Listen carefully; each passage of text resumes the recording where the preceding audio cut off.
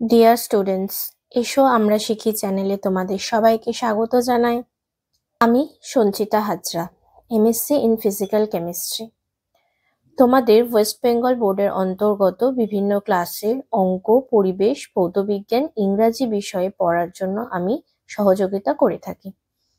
তাই যারা যারা চ্যানেলটি এখনো সাবস্ক্রাইব করোনি তারা ভিডিও শুরু করার আগে অবশ্যই চ্যানেলটিকে সাবস্ক্রাইব করে দাও ও পাশে থাকা বেল বাটনে ক্লিক করো, যাতে ভিডিও আপলোড করার সাথে সাথে তোমাদের কাছে নোটিফিকেশন চলে যায়।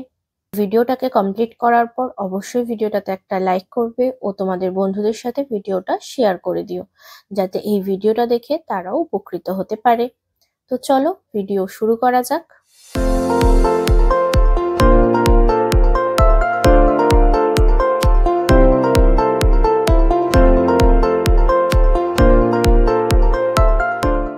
আজ আমরা পড়ব চতুর্থ শ্রেণীর পাতাবাহার বইটি। পাতাবাহারের মধ্যে আমাদের আজকের আলোচ্য বিষয় হলো অমরেন্দ্র চক্রবর্তীর লেখা আমাজনের জঙ্গলে গল্পটি। আশা করছি গল্পটা সবার তোমাদের পড়া হয়ে গেছে, তাই সরাসরি চলে যাব প্রশ্ন উত্তরে। প্রশ্ন উত্তরের শুরুতেই লেখক অমরেন্দ্র চক্রবর্তী সম্পর্কে 2-4 লাইন লেখা আছে, সেটাকে ভালো করে পড়ে নেব। অমরেন্দ্র চক্রবর্তীর জন্ম 1941 সালে। কবি, পর্যটক, পত্রিকার সম্পাদক, আলোকচিত্রে তথ্যচিত্র নির্মাতা ছাড়াও অমরেন্দ্র চক্রবর্তীর অন্যতম পরিচয় তিনি একজন জনপ্রিয় শিশু সাহিত্যিক। পৃথিবীর নানা দেশে ঘুরে বেড়িয়েছেন। নানা ভাষায় অনুদিত তার বিভিন্ন গ্রন্থের মধ্যে উল্লেখযোগ্য সাদা ঘোড়া, আমাজনের জঙ্গলে, হিরু ডাকাত, গৌড় যাযাবর, টিয়া গ্রামের ফিঙে নদী ইত্যাদি। তার সম্পাদিত পত্রপত্রিকার মধ্যে রয়েছে কালের কোষ্ঠীপাথর, ছেলেবেলা, ভ্রমণ, কর্মক্ষেত্র। যে যে জায়গাগুলো দাগ দিয়েছি সেই সেই জায়গাগুলো কিন্তু মুখস্থ করবে। প্রশ্ন দেওয়া আছে, অমরেন্দ্র চক্রবর্তীর লেখা দুটি বইয়ের নাম লেখো।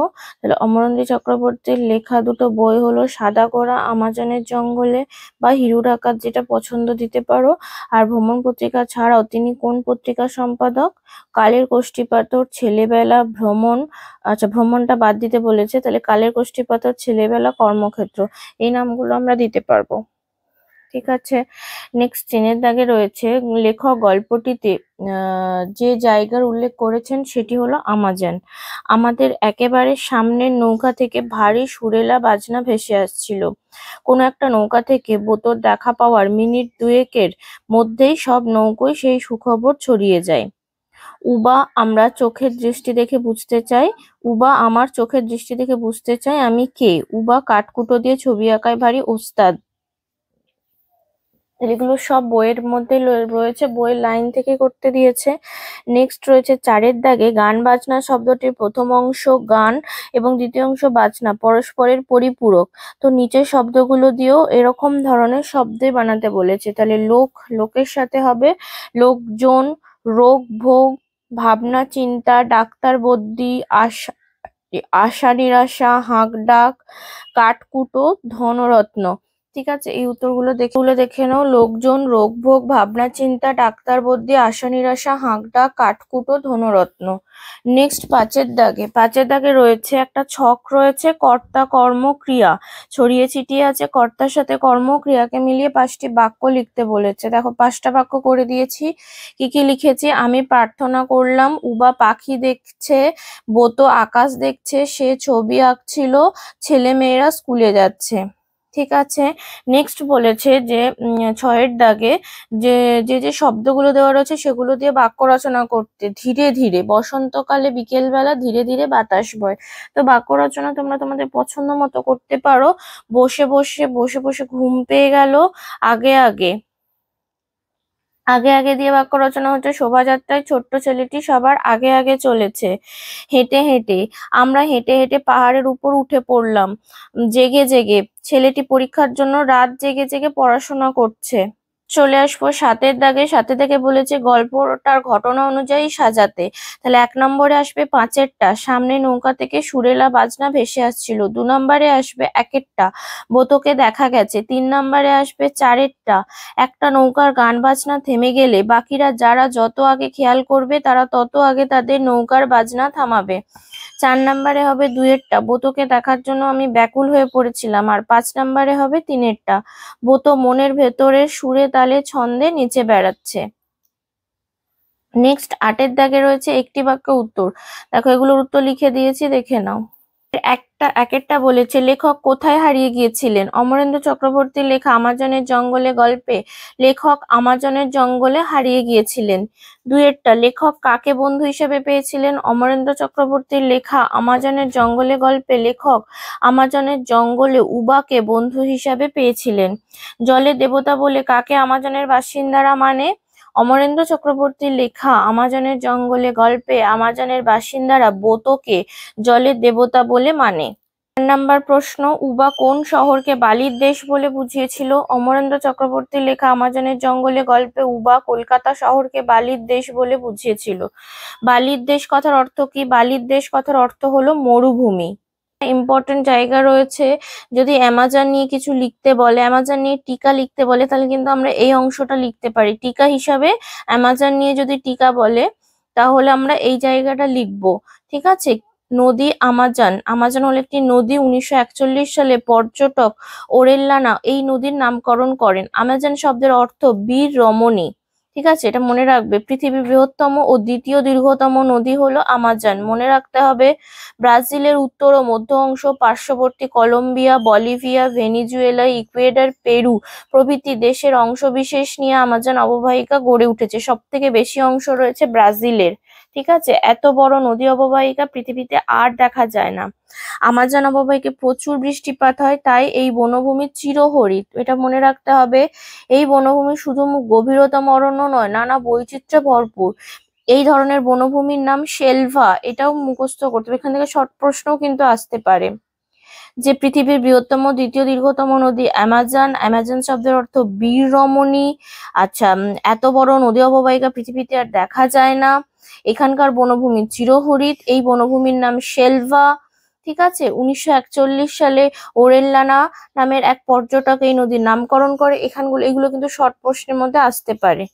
এরপর রয়েছে এই দুর্ভেদ্য বনভূমিতে নানা প্রকার হিংস্র পশু বাস করে। জাগুয়ার, বিশাল অ্যানাকোন্ডা, সাপ, রক্তচোষা বাদুড়, জোঁক, বিষাক্ত মাছি, বিষাক্ত মাংসাশী পিঁপড়ে, জলে পিরানহা মাছ, কুমির তো আছে। জল ও স্থল উভয়ই ভয়ঙ্কর। ঠিক আছে, অ্যামাজন নিয়ে যদি টিকা লিখতে বলে তাহলে আমরা এই এগুলো লিখবো। নেক্সট 9 এর দাগে প্রায় 10টা প্রশ্ন উত্তর রয়েছে, এর উত্তরগুলো দেখো। 9 এর 1এরটা বলেছে কাকাদের সঙ্গে না থাকাকে পাঠ্যাংশের আগন্তুক ছেলেটি সৌভাগ্যজনক মনে করেছে কেন।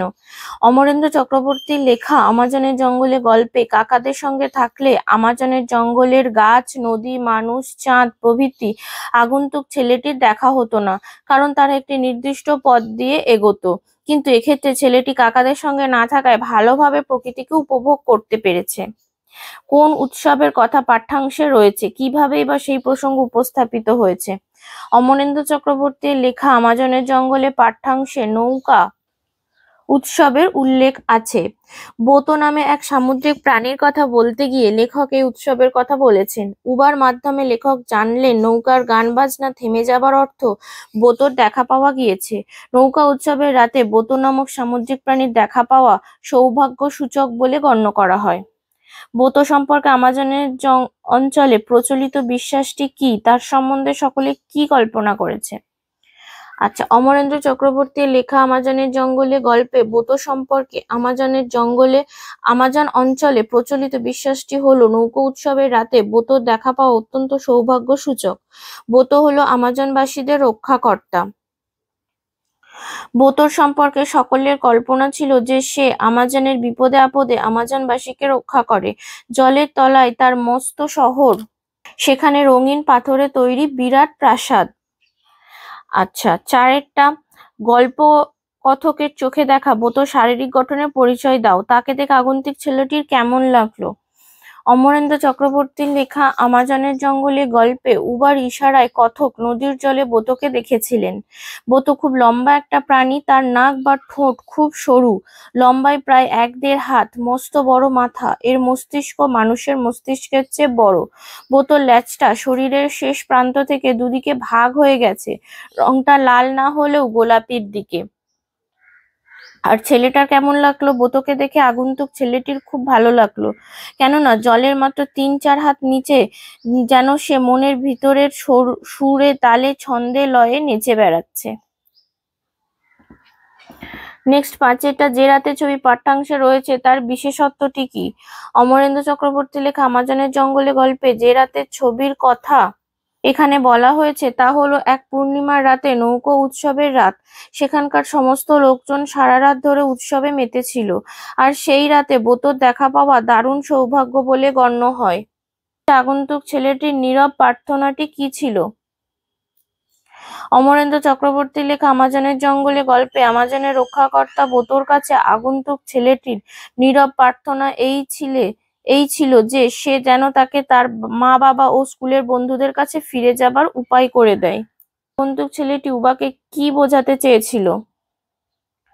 অমরেন্দ্র চক্রবর্তীর লেখা আমাজনের জঙ্গলে গল্পে ছবি এঁকে আগন্তুক ছেলেটি তার বাবা মায়ের কথা, স্কুলের বন্ধুদের কথা, কলকাতা শহরের কথা, শহর ভরা ঘরবাড়ি, গাড়ি ঘোড়া, দোকান বাজারের কথা উবাকে বোঝাতে চেয়েছিল। উবার কলকাতা সম্বন্ধে কি ধারণা হলো? অমরেন্দ্র চক্রবর্তী লেখা আমাজনের জঙ্গলে গল্পে উবার মতে কলকাতা হলো বালির দেশ, অর্থাৎ মরুভূমি। কারণ সেখানে জঙ্গল পাখি কিছুই নেই, প্রজাপতি নেই, বড় নদ নদী নেই, এমন একটি স্থান উবার মতে বালির তৈরি মরুভূমির মতো।